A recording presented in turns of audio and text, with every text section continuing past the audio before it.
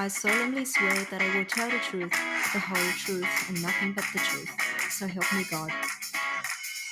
Good morning, everybody. Ron from The Truth About Addiction here. Today we have a lovely guest. Her name is Mary Keaney. Well, it rhymes with Queenie. No, just joking.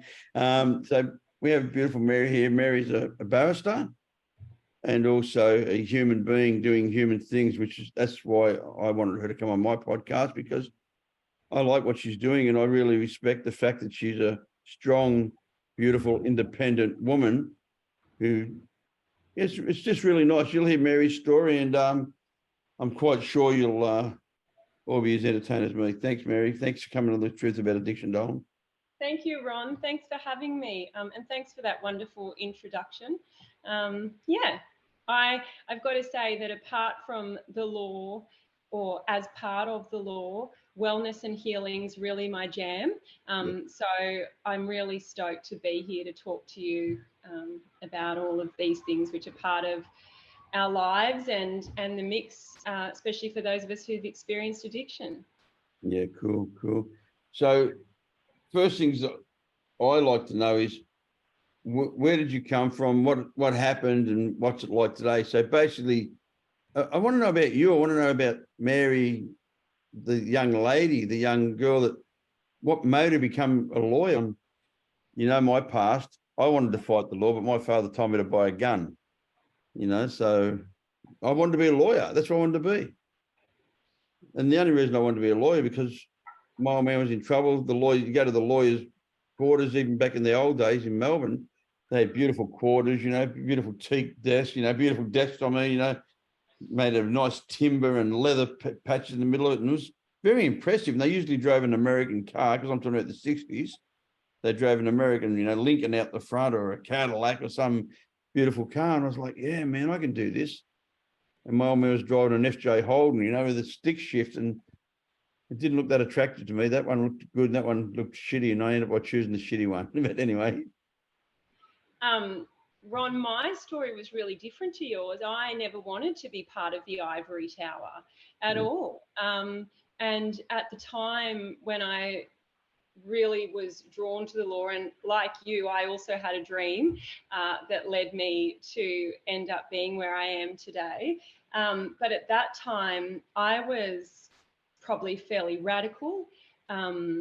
I had really strong views about conservation, about social justice, and you want to talk about your father compared to the lawyers. I mean, my father was a doctor, but he was a doctor in the public hospitals.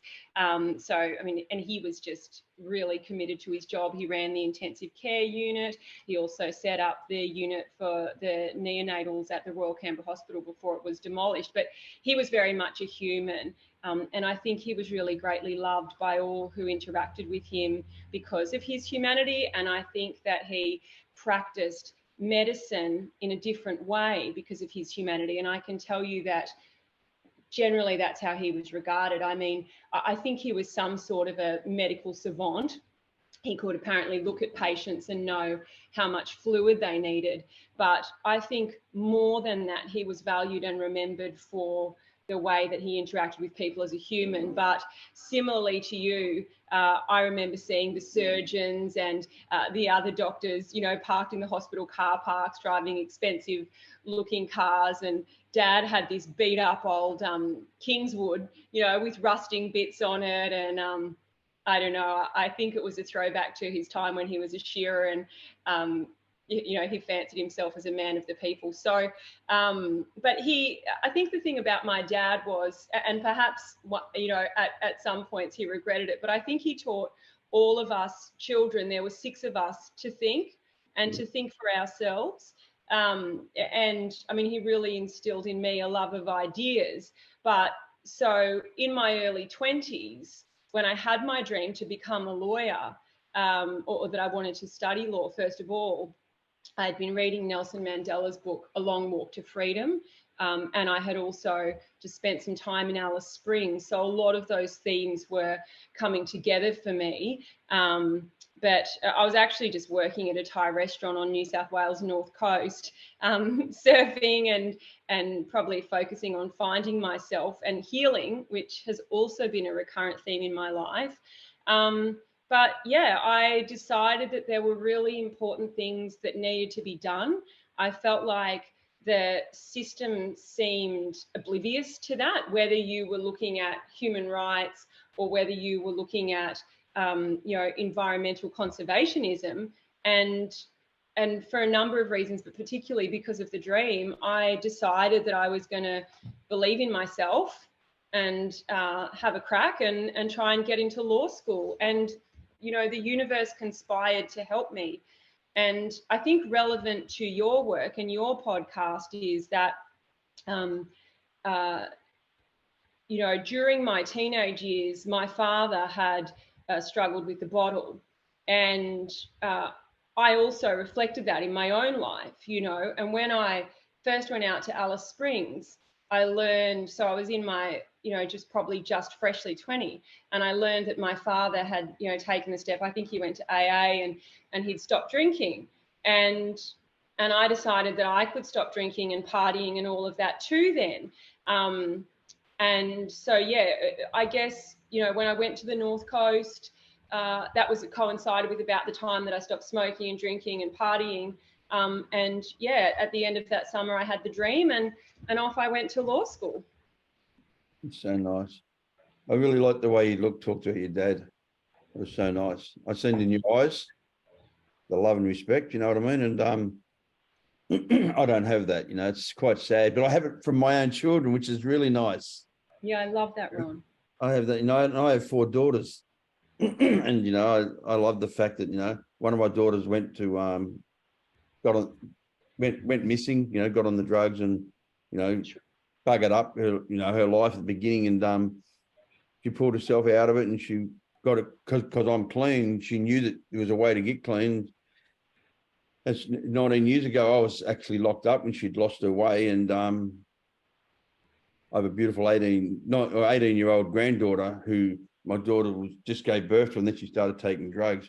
And she's clean now 15 years. She's a nurse, head practitioner of a drug and alcohol rehabilitation detox center.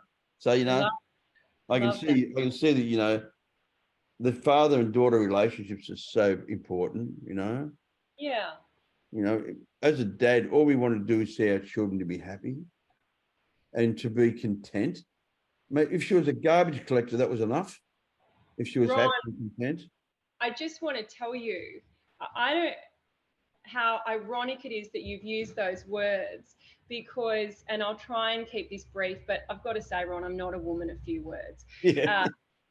But during my first job as a lawyer, I had moved to the New South Wales far south coast, and I thought that might be for the rest of my life. That was my career. I'd be happy there. But my mum had terminal cancer at the time, and so my father was, living with her and looking after her.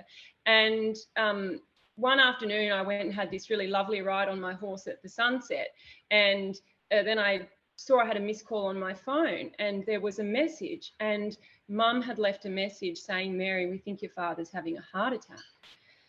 And and they'd actually rang me while they were waiting for the ambulance to come. Now, Dad was a man who spent a lifetime working with death. That's the truth of his story. And death was kind to him, because Dad used to talk about how he never wanted to live in a compromised way, And so when the ambulance pulled up out the front of the hospital, which was where they had both worked, Dad had a massive, huge heart attack. And they did try and resuscitate him, and we were really lucky. Myself, my mum and my brother got to spend the night with him and have that really sort of special sacred time. But the machine was turned off the following morning and he passed away. But now he died on the 16th of November, and my birthday is on the 17th of November. And what happened, Ron, was I stayed in Canberra. We had the funeral. I had some time with family. And, about a week and a half or 2 weeks later, I went back to my home on the far south coast. And there in the letterbox waiting for me was a card from my dad for Oh, my birthday. And Ron, Dad was, because his family were poor Irish immigrants, he was educated in the seminary at Manly, but he never took vows. But it meant, as was the way in that time, that he learned Latin.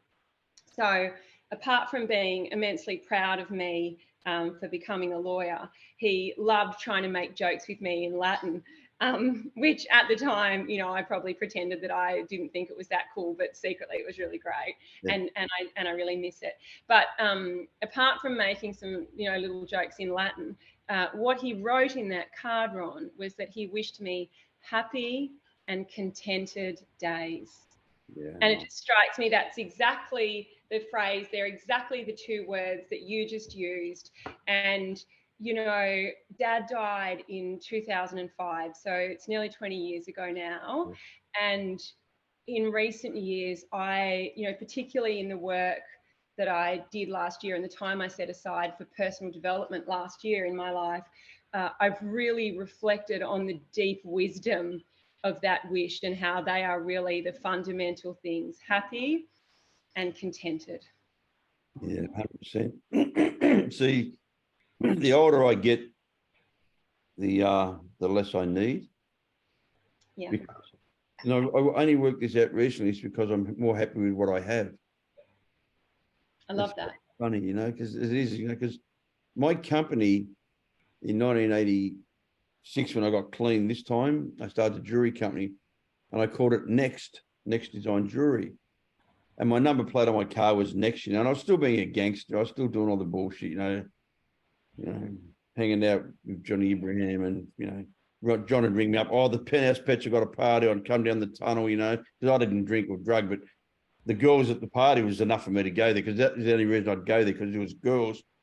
And John used to use that as a manipulation on me, you know, because he knew I wouldn't come there, you know, because I didn't drink and drug. So they'd use that as a thing, you know. And then I realized, after I came to a realization about 20 years ago, that Next was never content with what I had. Ah, I love that. So Yes. I changed the company name. I changed the name of the company, yeah. And I had Next on my number plate, you know, and I said, I wish I could get enough. No, Yes.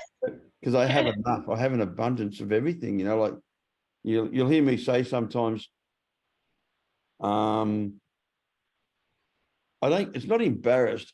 I get overwhelmed with the abundance that I have of everything, of love, of life, of friend, of contentment, of, you know, I look around and the material part of my world is just unbelievable, but that's not relevant. But Ron, you're so worthy of that. You're so worthy of all of that abundance. And, you know, I understand that it can be overwhelming, and you know, can feel deep feelings like gratitude and joy, but you're so worthy of that abundance, Ron. Yeah, you know, you. you can own and claim that, and enjoy it. Yeah, I work hard. You know yourself, you only get out of this world what you put into it. Yeah. And all these people that sit on their hands and, you know, and I don't mean to be disrespectful when I say this to anybody, but I have people go to me, oh, you're so lucky, Ron. And I go, yeah, the harder I work, the luckier I get. Yeah. You know, that's been one of my sayings for a long time. You know, it's like, the harder I work, the luckier I get. The more I give, the more I receive. And the more love, and this is a big word. See, I'm an old bastard. I remember when they were singing about all you need is love, you know, John Lennon. And those days it was like, what the hell is he talking about? These days I know exactly what he talks about: self-love. You know, Yeah. all you need is self-love, because until we can love ourselves, we can't love anybody else. Until we can love what we have, we can't appreciate what we have, you know. Like, that's such a big word that gets thrown around so much now, like, love your brother, you know.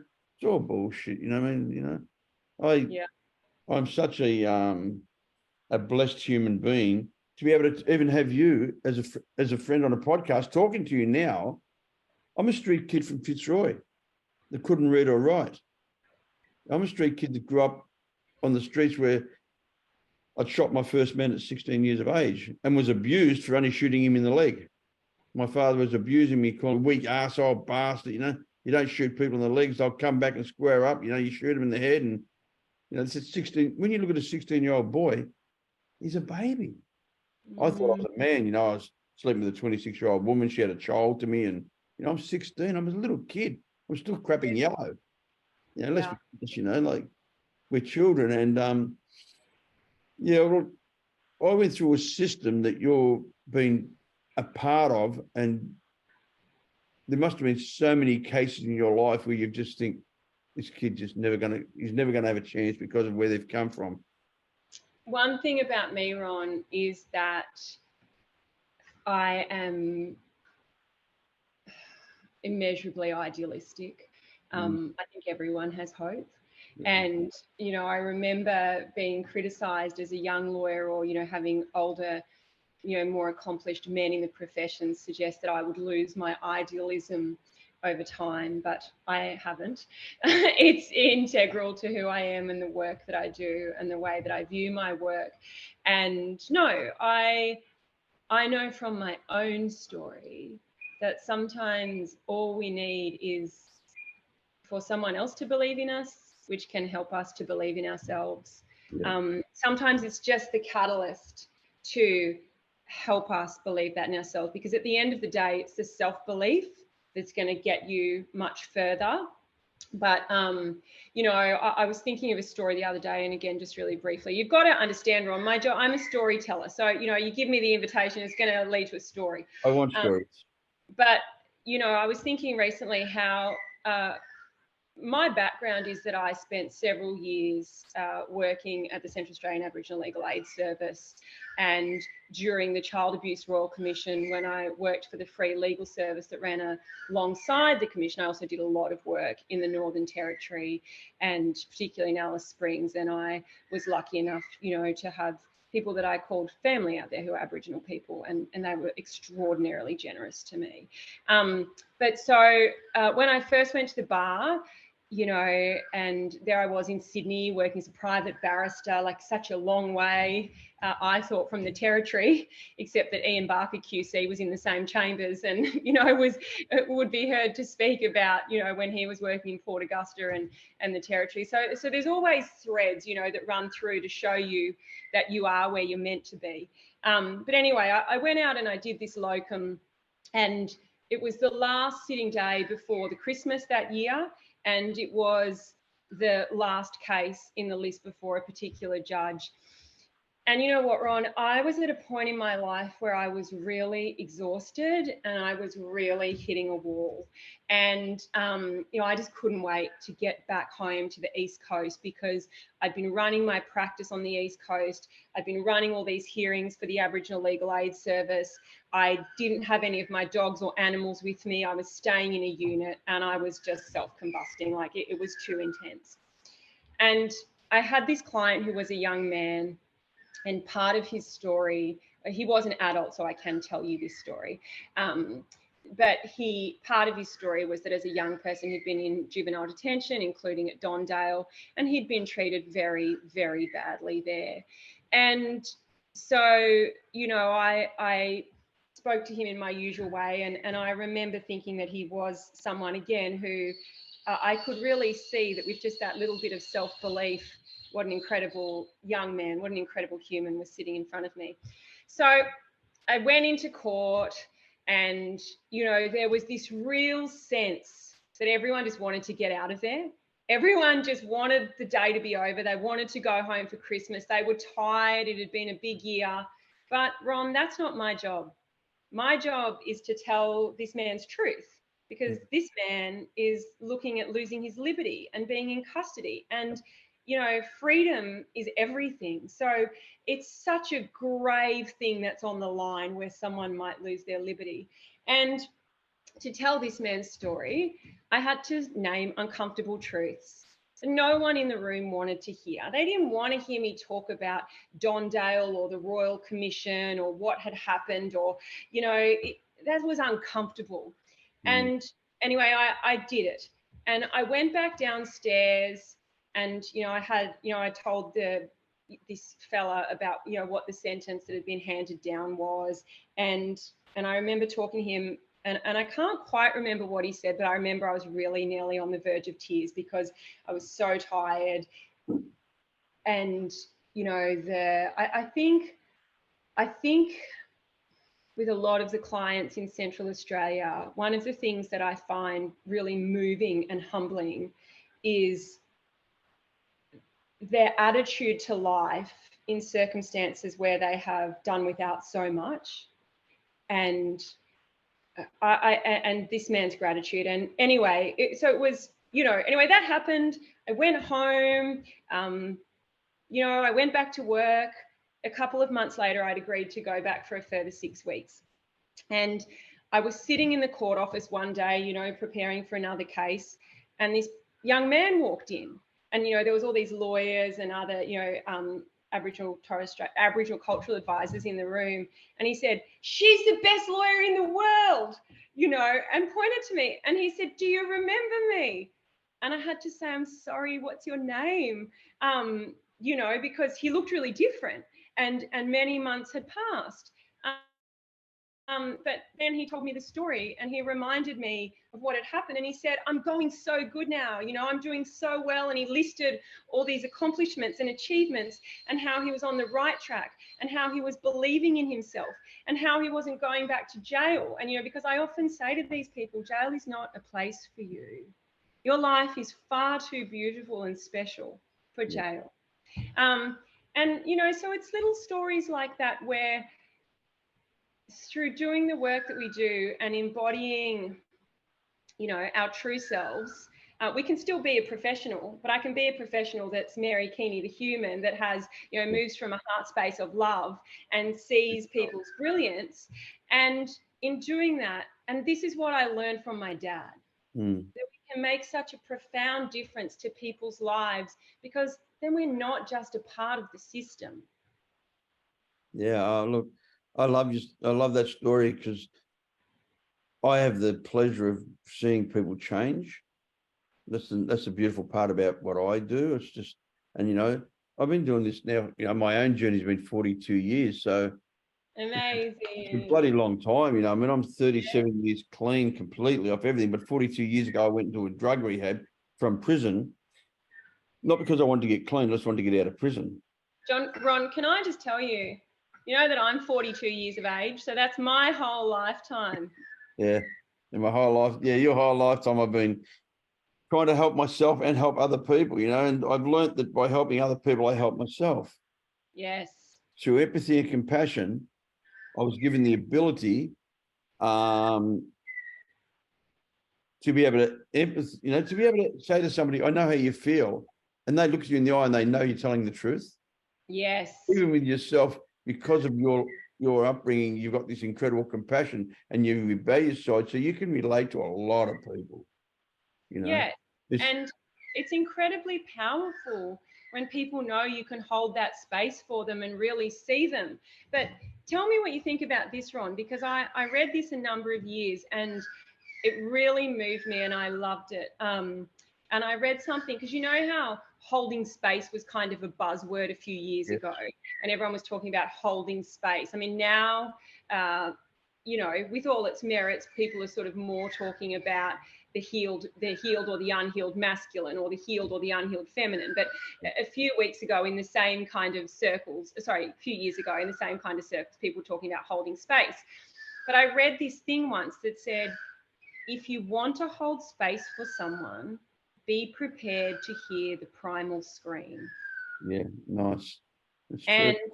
and you know, if you're going to be fair dinkum about holding space for someone, I mean, we all have to have boundaries, but I do think we need to be honest with ourselves. And I'm not talking in a professional sense now, because obviously professionally, you know, there are particular I have to operate in a space with a lot of boundaries. Yeah. But I do think, as a general concept, and in the healing spaces, if we're talking about holding space for someone, you do need to be able to witness without judgment, you know, that place that the primal scream comes from, because sometimes to heal, people have to go all the way back there, you know, or when they get triggered, that's where they're going to go back to. Yeah, 100%. You know, I believe you know, and this is only from my own personal experience, It's easy to be a friend when someone doesn't need you. Yes. Yeah. Yeah. I went to prison, you know my story. I went back to prison in 2002. I was sentenced to 18 years, long time. And I told my wife that I was with at that stage. My daughter was 8 by the time I went to court and went through everything. And I had an 8-year-old daughter who I adore and love. She's now 27. And my wife was from another country, had no family here. And I said, go back to America. Take whatever money we have, and go back to America and look after my daughter. And we'll reassess this when I get out, because there's no guarantee I was going to get out. We all know that when you get a big lag like that and you go to prison, and I was a career criminal. I grew up in prisons. There's no guarantee you're going to come out of prison. Yeah. You could kill somebody in prison defending yourself, or you could be killed in prison because of someone didn't get their subby, or someone got wigged out on some other thing, or they had a bad visit from their girlfriend. I've seen a guy get killed over an orange. Oh, yeah. Took an orange off the meal trolley, and the guy taking the wheel trolley said, put it back. The guy said, F you. And the guy went, bang, king hit him, hits his head, dies. Far out. I know human life is so fragile too. I mean, sometimes I look at, people around me. I'm sorry, I don't want to interrupt, but yeah, human life is so fragile. It is. It's like there's no guarantees. So my whole belief in life today is we only have today. We only have this moment. I have no control over other people, places, or things. I have 8 demands. My whole program works off 8 demands. I should email them to you. I love these. That's my whole program is based off those 8 demands there. And it's, yes, please, Ron. Please email. Yeah, openness, to state where you stand and not to stand your ground. Acceptance, to accept that other people can see you better than you can see yourself. Reliability, be reliable with your thoughts and your feelings. Congruence, what I say is what I do. Don't ask somebody to do something you're not prepared to do yourself, Thoroughness, do it completely. There's no shortcuts. I'm giving you a really brief one on this. I'll send you the real one.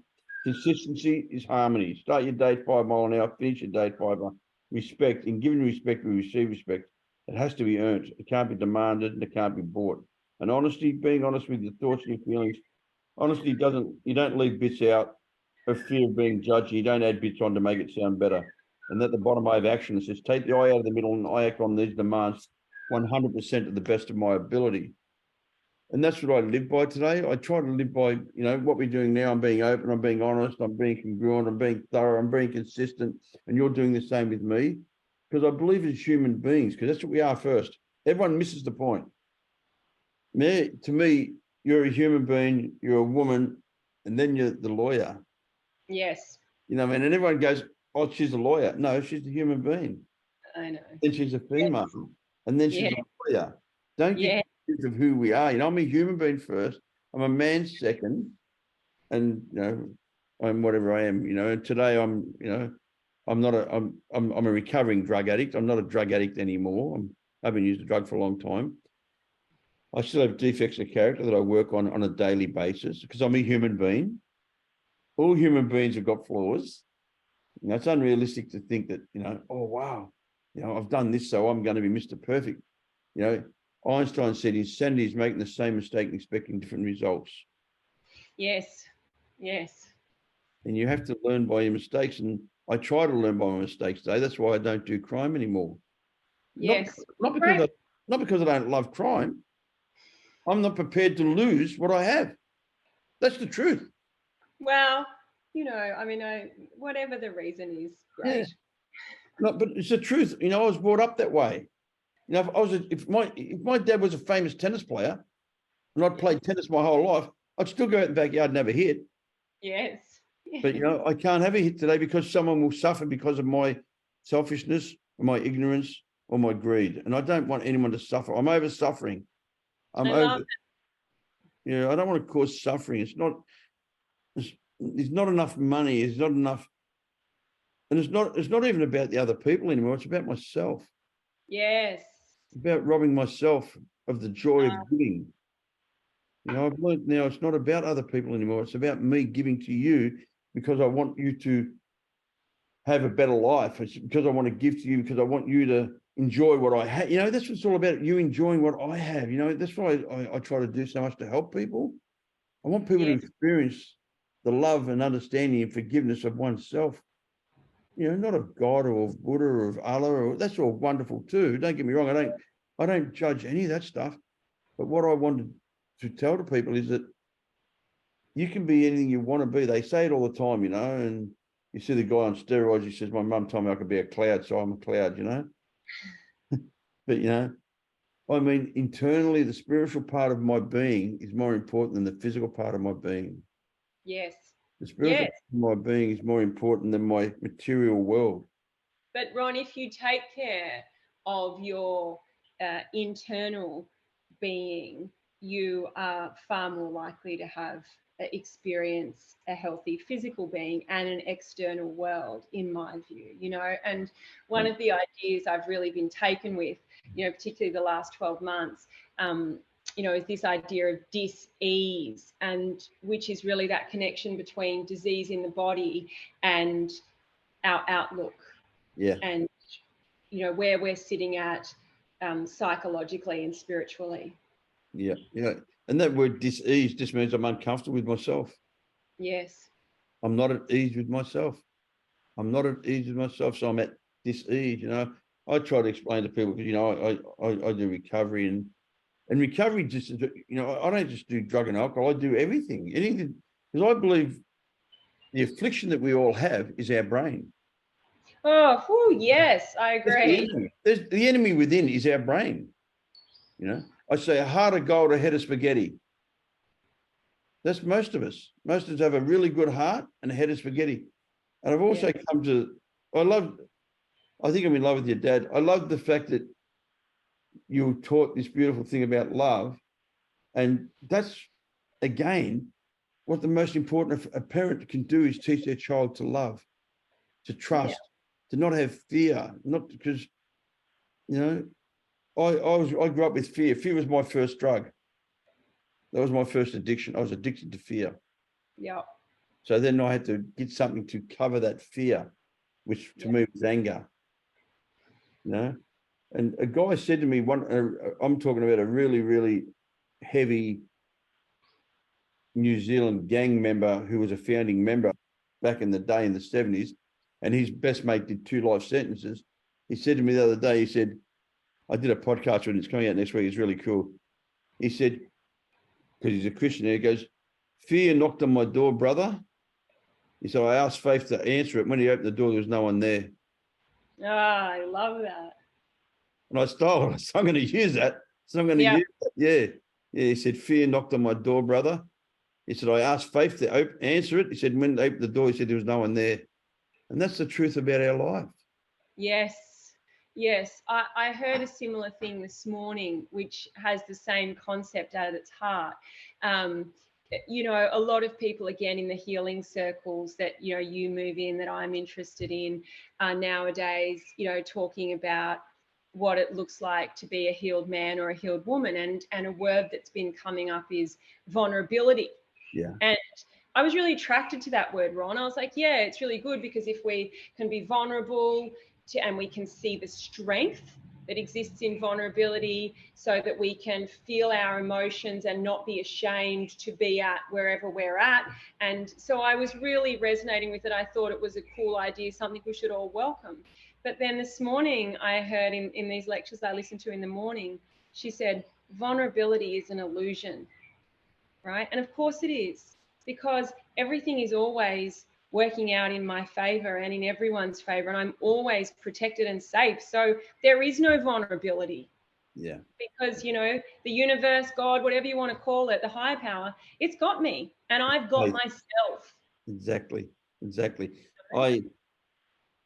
I pray to a God of my not understanding, and I don't pray for anything. I pray for my family. I pray for my love of my family, and I pray for protect my family. And that, but I never pray for anything for myself, because I believe that He knows what I need better than I know.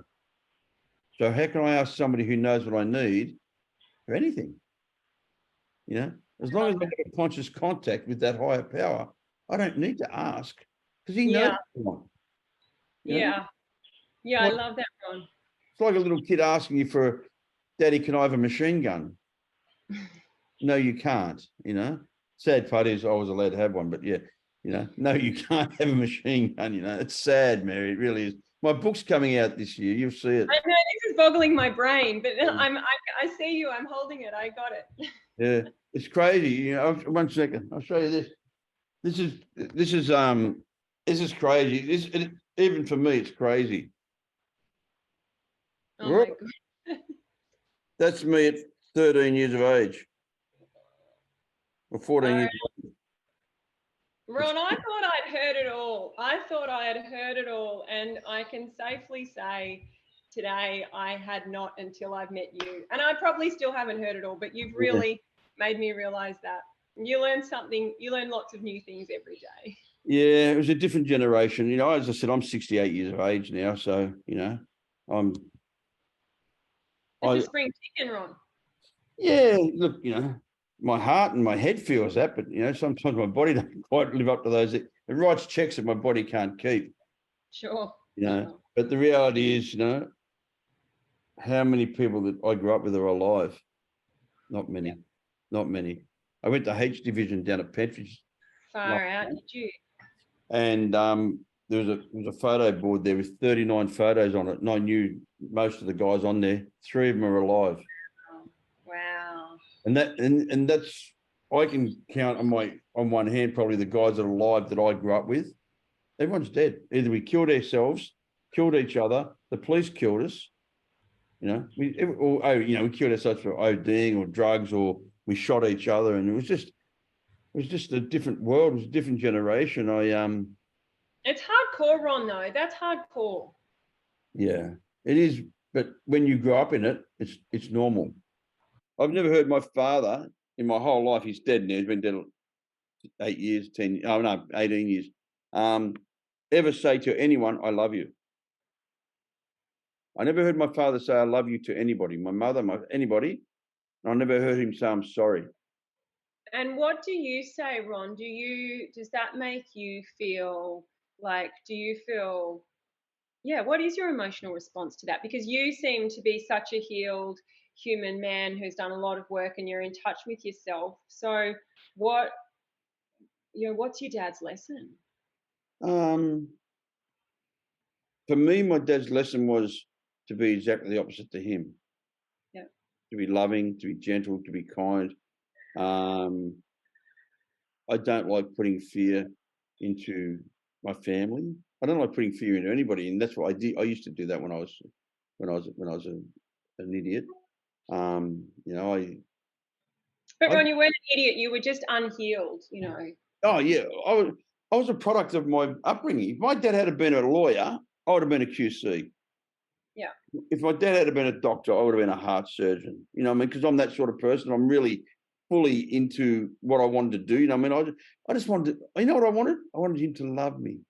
Oh, and there it is. That's, always at the heart of everything. I wanted him to love me. I wanted him to understand me, and I wanted him to forgive me. Because I was never enough. I was never enough. And again, love, acceptance, and understanding, and forgiveness. Yeah. Those are the beautiful things that we bring ourselves, and again, it reminds me, it really resonates with me because one of the things I got into last year was the emotional freedom technique, which is sometimes called tapping, but really fundamental to the change that tapping helps you bring about in yourself is, you acknowledge whatever the thing that you need to work on is. So even though whatever it is, or even though this thing is making me feel whatever it is, I choose to, and I deeply love, accept, and forgive myself. Yeah. And then you change the narrative. So again, such powerful concepts. That's been my mantra for the last 37 years. Love, understanding, forgiveness. Love, understand. And I have to do that to myself so that I can be capable of doing it to other people. Because, it's so important that it's going to sound weird. I'm not a big people's person. I can go and talk to anybody, but I'm a very isolated loner. Mm. And I don't mind being alone. No, I I think. spend a lot of time alone. You know, you live in a property, so you got your animals, you love your animals, but for me, my cats, I got cats.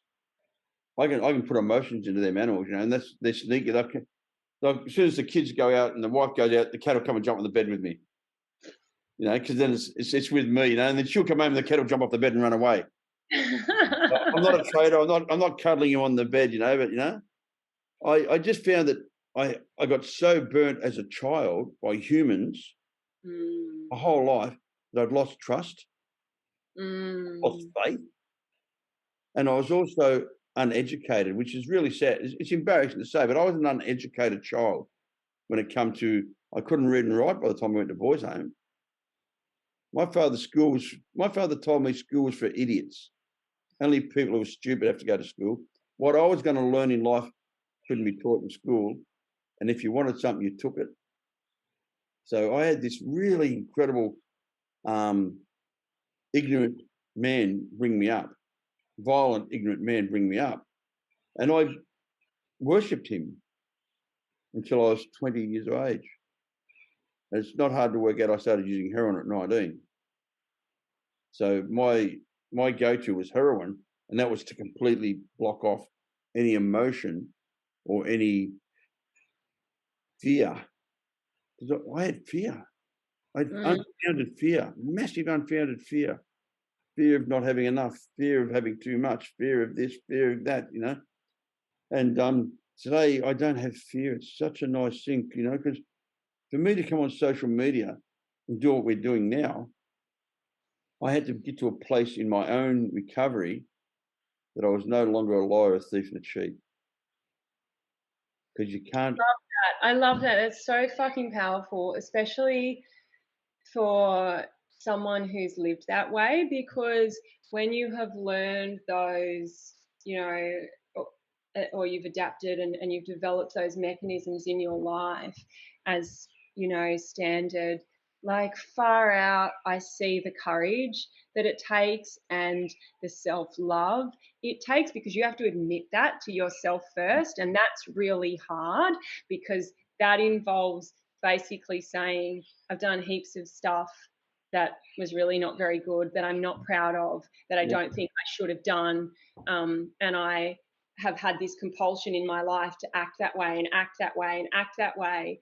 And it's admitting to ourselves in a very honest way our shortcomings. And I've seen, you know, people really struggle with that, because it takes courage, and it takes commitment not to do it anymore. Because in some ways, if you open that door and you're going to go, all right, I've acted in a way that was really lousy, that dishonored other people, and in dishonoring other people, I dishonored myself. Yep. Right? But if you're going to open the door and admit that to yourself, if you're not going to follow through and change, you got this nasty thing that you can now see in the mirror that before you weren't prepared to see in the mirror, you know? Yep. So you got to have the courage and conviction to say, I'm not doing that anymore. Even when it's hard, I'm not doing that anymore. And in fact, those sorts of behaviors, in my view, also include an element of self-abandonment, because you're not living your truth and you're not being authentic. And so, you know, apart from having the courage and conviction and being honest with yourself, you got to choose to love yourself enough to show your face to others. 100%. Yeah, 100%. And as you said, integrity is doing things that no one else knows about. Yeah. That's integrity. Yeah. You know, I don't like liars, and I don't like telling lies. That's why I got found guilty when I went to trial. I couldn't lie. I changed so much. I really wanted to lie in the box. I did. I wanted to bullshit. I wanted to convince the jury that I was this wonderful human being that was a victim, and I couldn't do it. I couldn't put, 20 years ago, I would have ran through that trial. I would have got found not guilty. But Ron, you are a wonderful human being, and you probably, based on what now, yeah. But at the time, when I was still doing the naughty things 20-something years ago, don't get me wrong, I wasn't, a guy that committed crime every day. I was very calculating, and I was part of an organisation that they did something, and you get a reward at the end of it. It might take 2 years to get something put it together and have it all done, but it was still honestly, it was still against my belief system. It still goes against what's really important to me today. My self-worth. My honor, my integrity, my dignity, words that I didn't even know what they meant. I couldn't even spell any of those words, when I walked into recovery 42 years ago, I knew good and bad. You made me feel good, I wanted to have sex with you. You made me feel bad, I wanted to punch you. It was that simple. It was really, really that simple. My life was so small and so condensed into hatred and fear that I couldn't move, And today I have, as I said to you before, I have this abundance of freedom. Yes. So tell me, Mary, when did you move to the North Coast? I feel like you're interviewing me at the moment. Oh, yeah. Look, I'm trying not to adopt that lawyer trait, I feel like a lot of lawyers struggle in social situations because we're so used to being able to sit down and asking people whatever, Yep. we think we're entitled to know. So again, trying to incorporate that humanity, I always try and tell people a little bit about myself and who I am and how I think about their case and how, what I'm trying to do. So I've been up on the North Coast. I mean, obviously my primary work is in Sydney and I do a lot of work in Canberra and around the country, but I've been spending most of my time on the North Coast since I reckon probably about 2019. Yeah, cool. And you Yeah. like it there? Yeah, I've come and gone from this place a lot. As a young person, when I really needed to find myself, I found myself drawn to the bright lights of the Gold Coast, which was not an answer for me, and it chewed me up and spat me out. Yeah. But then I moved a little bit further down and was working at the Thai restaurant and doing surfing and stuff and trying to think about finding myself, which is what I called it back then. When I was about 20, and then I've sort of come and gone from this area a lot. But it's funny, I really do not like the Gold Coast at all. But I love the North Coast so much. There's just so much here. Like I don't have enough hours in the day for all the stuff I love, as well as my work. And I love my work. So I'm really so privileged and blessed. And there was a time not that long ago, Ron, when I, worked for legal aid or human rights-based legal organisations in Brisbane, and I would have to get up and run for the train every morning, and I never had enough time. And then I would be kind of on someone else's clock to get my paycheck. And even if I loved my clients and loved the work I did, there wasn't any freedom in it. And I just knew that if I could break that cycle so that I could, find a way to express the things that I wanted life to be about and to incorporate them, I knew that everything would unfold and flow better. And I didn't really have the vocabulary or the critique then to understand it. It was just like a feeling, like I just felt trapped, in the system. And and I used to always dream about, having, and I'd said to a partner once when we were driving through this area where I now live, wouldn't it be amazing, if we had a little farm and I was doing trials in Brisbane and Sydney and Canberra and, but spending most of the time working from home and having the horses. And to my absolute horror, he said to me, "No, I don't think that'd be good." And I thought, anyway, but then, Bye. well, it did go that way. But then, so a number of years later, in about 2019, it just turned up. And I realised, I'm sorry, Ron, I really am a bit woo-woo and I'm into the word manifested. I manifested this because the things I have in my life now are all the things that I wanted. And while, like you, at that time I might not have named them specifically, I just followed my heart and tried to be my own authentic person, and be in my own flow and honor myself, and this is where my paths led me. So I'm really lucky. I get paid to think. I get paid to stand up for the little guy, which I love. you know, I get paid to strategize, and I get to spend my downtime, you know, with birds and wildlife and horses and rainforest and, you know, eating good food and caring for my body. And the North Coast is a real wellness hub, you know, and I'm so into all of that stuff. So That's yeah. beautiful. I manifest. I do it all the time. I've done it for years. You know, if I want something that's in the material world, I'll put a picture on my computer. Yes. I did an interview in a newspaper. Oh, must have been about 2015 or something. They were doing a story on our company because I had a car company that built all these cars behind us. Yeah. The young guy said to me, "What's your dream car?" I said, "Oh, it's called a Corvette ZR1." They weren't produced yet. They weren't being Yeah. produced in 2019, and that was in 2015. And then about 2017, they put the prototype photo of it, and I put that on my computer. And I sit in and look at. I got a garage outside, just outside there, and it's got a glass door. And my Yeah. car, that car that I manifested, is sitting in my garage. There's only two of them in the whole country. I love that. Yeah, and it's sitting there. And I sometimes look at it and I laugh to myself and think, wow. And I read the interview, the paper. Yeah, Yeah. what's your ideal car? What car would you buy? And I'm not a Ferrari type of guy or a Lamborghini guy. It was like, oh, I want this Z01 Corvette. And it I love sits straight out there, yeah. And it's like, well, you know, I believe in the manifestation. And I had property at Byron for a little while, and it was too much. And then I can't do the Gold Coast. I hate the Gold Coast. Can't me do either. it. Then Ick. I come up to the Sunshine Coast and it was like, oh man, this is really nice. This is a little bit similar. I'm 10 minutes from the water and 10 minutes from the mountains. You Yeah. know, I'm an acreage, and it's really, really beautiful. And my family, we don't need. We'd stay here if we had food. You know, my wife grows all the veggies there at the back. She grows her own herbs and spices, and the kids have got a whole play area, and I've got a big garage. Like, I got space. And if we want to run around naked, we can. If we want to scream and yell, we can. You know, and it's called freedom. And you said Yes. earlier on in the podcast, you know, and it really touched me because I'm a prisoner.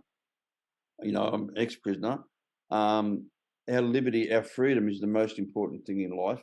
And now I've learned that freedom from self-obsession has become Ah, the freedom of all change. You know, my business card is that breaking the change, the freedom. that. You know, when I first went to Aboriginal Legal Aid in the Northern Territory, that's what they had as their symbol too. You know, they were Oh, really? cool, hardcore front, like they were an Aboriginal legal aid service by the people for the people, you know, and now they've been taken over by the North Australian Aboriginal Justice Agency, and you know, times change, but yeah, it was a really cool progressive organisation at that time. Yeah, I love that. I noticed that on your card. I love that symbol. I need your future plans because and I don't usually do this. I actually went and checked you out a little bit this morning, and you've got a YouTube channel starting. Well, I'm trying to get into that stuff, and yeah, I think that the message that I have, I really want to share. You know, I think that we can all help each other, and again, if we live a life where we, you know, follow what excites us and what makes us feel alive, like follow our bliss, um, you know, that's a really good life, and it also constitutes service, Ron, because that's the space that the universe has designed for me to fill. And Yeah. if I be my true self, then I'm filling that space. Mm. So I really want to, I think it's important in a legal context to further explore the intersection of trauma and mental health with the justice system, not just the criminal justice system, because of course I am a criminal barrister, but significantly I'm also a barrister who conducts compensation claims for people who've been abused as children. Yep. Whether in an institutional setting or not. And I was really proud of myself because last year we got a landmark judgment in that area. So, I mean, I'm fairly young in my legal career, and it was just such a privilege to have my name on that judgment. And what we did was we got the highest award for a survivor of child sexual abuse in the New South Wales Supreme Court. So yeah, and that's how I feel to the client, and yeah, so I'm really passionate about that. But the other really good thing about that, Ron, is that I don't tend to get briefed in criminal sex matters, because people know, they have an awareness that I'm an advocate for survivors of sexual assaults. And that I mean, I have to do my job always, but it's convenient for me that tends to be the situation. So I have always been someone who's really just had a lot of violent crime on my docket. But yeah, so I really want to explore the intersection of trauma with our justice system, and and maybe make advances, but also help other practitioners to maybe learn things and help clients to feel empowered, and and to be able to go through the legal system with a sense of dignity and without shame, although with the subject matter sometimes that can be very hard. But there is also, Ron, in my view, a significant crossover between, people who've had very traumatic events like the ones we've just been talking about in childhood, and the people that are filling up the jails. Oh, so I think if we can learn and understand trauma, we can make a difference to not only individuals, which is all I've been able to do so far, like with that story I told you about that guy in Alice, that was one person, one at a time. But if we can change our system so that we understand the cycle of offending, and so that we understand the role between trauma, addiction, and the cycle of offending, and we can then understand how to address the factors that cause that, maybe we won't need to have jails. Maybe they won't need to be as full. Maybe people are going to be happier. Maybe we're going to break, as you have done, the bonds of intergenerational trauma that we learn from our family traumas, our own traumas. Because, and it comes back again to the work like you're doing, because if people could access that, you can tell me, Ron, that if everyone could do your program, like if you could deliver your program in the jails in a way that was meaningful, and you actually could interact with all those people in the way that your clients interact with you, tell me what the recidivism rate would be. Oh, I already know. I know. I know what the recidivism rate would be. It'd be fucking a lot less of what it is now. And it frustrates the guts out of me, because I ran a rehab in prison, only person in history, in Australian history, to run I'm a prisoner running a rehab in prison, I got given a whole unit and all that stuff, and I'm really proud of those achievements, and, but there's so much more. I scratched on the top of an iceberg, and I get frustrated because I say to them, I'll come and do it for nothing. Yes. I'll come and help you for nothing, and just let me in and let me teach you, and teach the staff, yourself. You can't beat trauma with trauma. You can't put a fire out with more fire. They just got no idea, and they're just completely missing the point. But I believe there is a movement starting. I really do, in my heart. I believe that and the internet is a good tool when used correctly, and we can reach people. And I look forward to later on, when you got your podcast going and you got stuff going. If I can assist in any way, I'll do anything I can. And I believe maybe we can even get something together where we can start to try to get to the systems and get to the prisons and get to the they should get back to drug courts, and start saying, what's the problem here?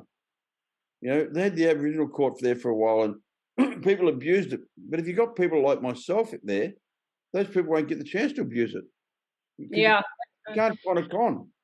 Yeah, that's right. One of the things is, although as you would know, sometimes that evokes resistance from the people that can't con you, but that's another story.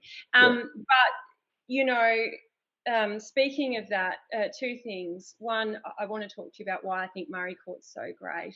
But the second thing I just want to explain, and maybe some people who listen to your podcast, this will help them to see something that I saw, because presumably not everyone who listens to your podcast has been in jail. So the first time I ever went through the internal workings of a jail, where I saw the yards, would have been in about 1997, and I had been referred a pro bono human rights matter for a fellow who was in the Goulburn jail, and I had a barrister who was helping me pro bono. And we went and saw him, and I think now he was probably in what they call the circle, but Yep. so in going there, so I was, in my mid-20s, pretty naive, super idealistic, right? Following along after this barrister, and here's all these like fellows, who were dressed in green, and it was all on their faces, man. Like, what the war zone that is prison was apparent from outside of that. But I was also left with two distinct impressions. The first was that it was like a human zoo. There were like all these people that were in cages away, and I could walk past them and see them, but they were in cages. And the second was this really deep sense of what a waste of human life that was. Like, I just was like, there's all these and predominantly young men who were fit. They were, in their prime, and they're in these human zoo cages. And I just thought, whoa. And so, I mean, apart from that, you could, for want of a better expression, because we're talking about Goulburn jail, cut the air with a knife, because you feel that tension and the war zone. I also was like, whoa, this waste. But I was also, during the work I did for the service alongside the Child Abuse Royal Commission, we had we had access to the internals again of the jails for that work. And again, seeing the conditions that people lived in, and I think that jails must create more trauma. I couldn't imagine living like that. And that's one of the things that puzzles me about this new hip hop movement, which I kind of want to see, which comes out of, I think, particularly Western Sydney, and people are rapping in the jails, and they're rapping about it, and they're rapping about jail culture. And I really want to see people having pride if that's their story and that's where they're at. But I also kind of go, please don't glorify that. Yeah. Because God, there's more. Like, isn't there more to life? And Ron, I've never been to jail. That's a message that you can speak, but people probably wouldn't respect it from me. Yeah, but the reality is, it was pretty well said what you said. It was pretty well said. Just it's a waste. I've always said people don't. I don't mix my words very well. Using heroin in jail are very similar. They're a waste of life. Yeah. I tell a story. I've told it more in the last 12 months than I've ever told. When I relapsed in 1985, I went and got on methadone because I was trying to stop the crime. I didn't want to go back to jail. And I'd been out of jail for a few years. The first time ever I'd been out of jail for a few years, for 10 years. And I'd been out of jail because I was no longer, completely lost in the drug world. And I was on methadone, I was using heroin, I was with a girl, she was a street worker, and I couldn't stop. I was really, really desperate. And my little girls were 2 years of age. They're now 40. So that's 38 years ago. And I had a dream. It's fucking insane. Every time I tell this dream, I get goosebumps. It's a true story. I had two dreams. The first night I dreamt that I was walking down Bondi Beach. That's where my daughters lived. And I was staying in a hotel in Bondi at $30 a room night, rubbish. And my daughters were about 6 years of age, and I was holding their hands. So that was a sign of some sort that I was still alive when they were 6. So there was no big chance I was going to stay alive. And I woke up and I told the girl I was with, I had a dream, and she's like, looked at me like, "Are you an idiot? And I have another shot, you're an idiot." So the next night, this true story, the next night I have another dream that I died. I'm dead. And I'm on my way because, our upbringing, of course, I'm going up to somewhere and I'm going to see my maker, and I've got to justify my life. And I'm shitting myself. I'm shitting myself. I'm like, oh my God, now I've got to justify. And I get there, and because of the doctrines we believe in, got the long hair, guy with a beard, got a coat, and all that shit. And I don't know who he was, but I remember that I'm feeling scared, and because I'm a criminal. I'm going to try to talk my way out of this. And I'm like, listen, man, the people I shot, they're all other criminals, and I didn't hurt innocent people. I didn't do all this stuff. I've already been found not guilty of these charges, all that stuff, all this stuff. And I'm justifying it. And I just remember it. And he's looked at me and he smiled. He's not saying a word. Then he puts his big grin on his face. He said, "You don't get it, do you, Ron?" And I remember the cold fear that ran through my body. And I thought, oh, fuck, I'm in trouble. He said, "You committed the greatest sin known to man." And I just felt the sweat run down the middle of my back. He said, "You wasted the gift of life." And still to this day, I tell that story, I get that same cold, incredible, like, whoa. And I've been clean ever since. I went to detox the next day, and I've been I clean. love that. Yeah. I love that. But Ron, what I love and respect so much, I mean, particularly given the work I've done on my own journey, you know, is, I mean, it is certainly one thing to stop using drugs, and I understand that, but the work on yourself, the learning to love yourself, which is what makes it easier to not use drugs. But that's the bloody hard work. And that's where the gold is. That's where the gold is, you know. Yeah, And, you know, there's a lady, actually, tell me what you think about this. One of the women that I follow who's into some of these ideas was talking, I was listening to her last year in a podcast, and she was talking about turning to face our feelings and our emotions. So again, tying into this vulnerability stuff.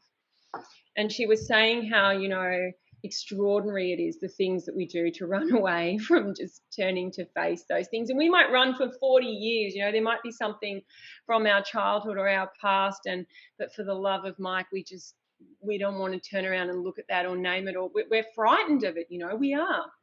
But what she was saying is, if we turn around and say, all right, I'm going to see these emotions, I'm going to let them in, that the actual experience of that emotion, like even if you're, you know, sitting on the floor of the shower crying and wailing, 90 seconds, she says. So as long as a physical craving would last, is as long as that, you know, intense embodiment of that emotion is going to be. And I mean, I don't know what the research says, but like, I just love that. But I agree with what she said. I say to everybody, feelings aren't facts, and feelings can't kill you. And they go like, "What?" I say, "Look, it'll pass. Trust me. Everything passes. You just got to have faith." My whole concept is, no matter what, do not see yourself short. Yeah. Don't give up a second before the miracle's going to happen. Yes. Give up right now, and it was 1 second away from the miracle. Yeah. You know, and the only person that you're going to rip off in the long term is yourself. Yes, Ron. And the other thing I think about that is that the gold is also what we learn on the way to that miracle. Because as soon as you've learned what it was you needed to learn and you've gotten to that place, you know, it's the journey. And, you know, they talk about it a lot now. I love what's happening. I really do. I love what's happening. People are all bagging and going, "Oh, I got all these new influences." Okay, they're young and they're saying stuff and they mightn't have lived experience yet, but they're trying. Yeah. And God loves a trier, whoever that may be, you know. I'd rather somebody getting on there and, you know, talking whatever they're talking than being on the dole, smoking pot and just bagging everybody. Well, and I mean, they're also like totally in flow. And it's obviously that thing that we were talking about before. Like, that's what's making them buzz. Like, that's why they're doing it. I mean, whatever theories you want to have about dopamine hits and scrolling and conspiracy theories about social media and the internet, just put that aside for a moment. But in that moment, that person, that's what they're wanting to do. And in that way, they're connecting. Every day through my podcast, I get messages from people all around the world. I love Thank that. you so much. Thank you so much. And, you know, I went to a NA convention last week on the Gold Coast, and I walked in, 2 guys came up to me straight away. One guy said to me, "Oh, you're the guy that does the podcast." And I go, "Yeah." And he goes, "Man," he said, "I was listening to your podcast when I was using, and it helped me go and get clean." That made it all worthwhile. That made it all worthwhile.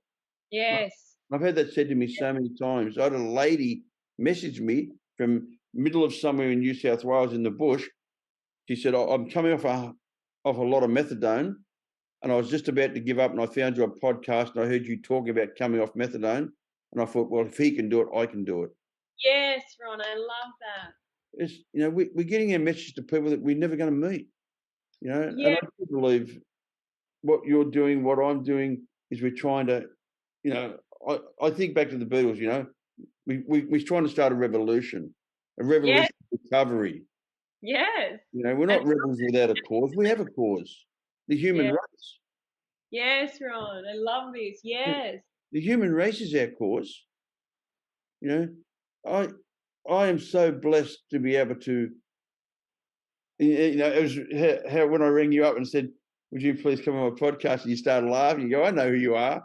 And we had this conversation. You know, that's the power greater than ourselves, because I don't ring that many people. Yes. Then, you know, I thought, I like this lady. I like her energy. I like what she's got to say. I really feel like you.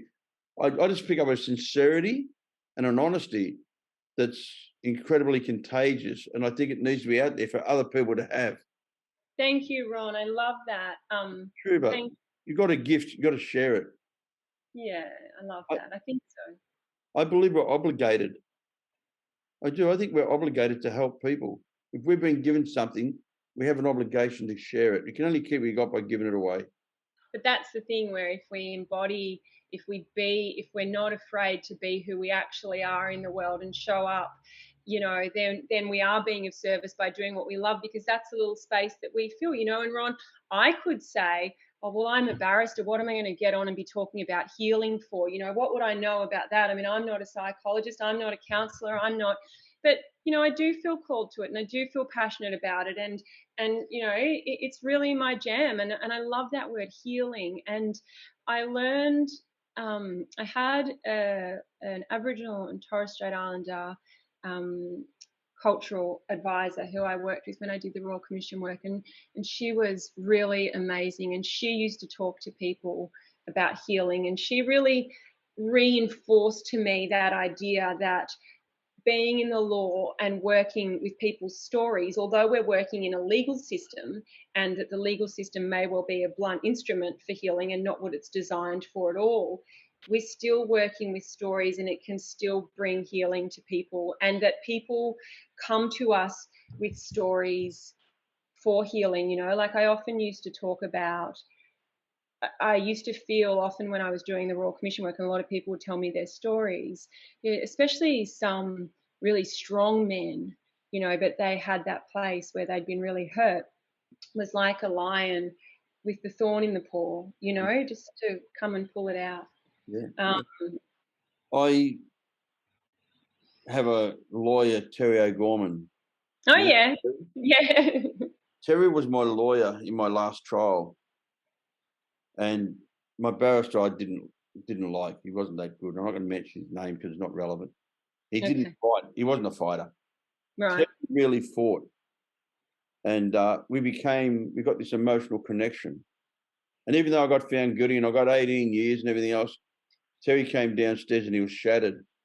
And he said to me, I'm sorry, mate. I'm so sorry, because he met my wife at the time, my little girl, and we you know, you get emotionally connected when you do so much. You know, it was a big trial. Yes, he would have wanted to have won, I'm sure. Yeah, he did. He would have been devastated. He did want to win, and he was devastated. And he said, "Mate, I'm so sorry." And I said, "Terry, it's okay."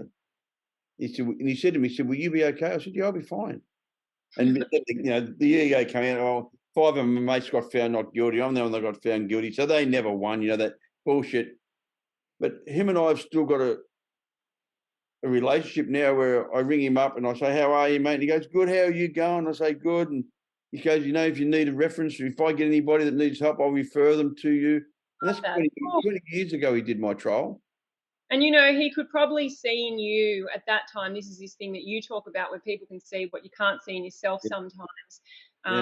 He could probably see that in you all those years ago. He knew that there was something special about you, and he could see your gift. And, you know, I mean, I really experienced that in Central Australia. But, you know, so I get it. I hadn't really thought about it in those terms. So thanks for that. I'm going to think about that more, about what we can learn from the way that other people see us. Yeah, no, it's so important. But I'll get V to email you the 8 demands. Oh, yeah, I'd love that. Thank you. Check them out. You can check them out. Mary, it's been an absolute pleasure having the podcast. I'm so privileged. Now I can grow on our friendship, mate. I really do. I enjoyed your time, intelligent, beautiful, Thank you. loving, caring human being who's a lady and a barrister. Thank you, Ron. I've really, yeah, it's been really cool. Thank you. I solemnly swear that I will tell the truth, the whole truth, and nothing but the truth. So help me God.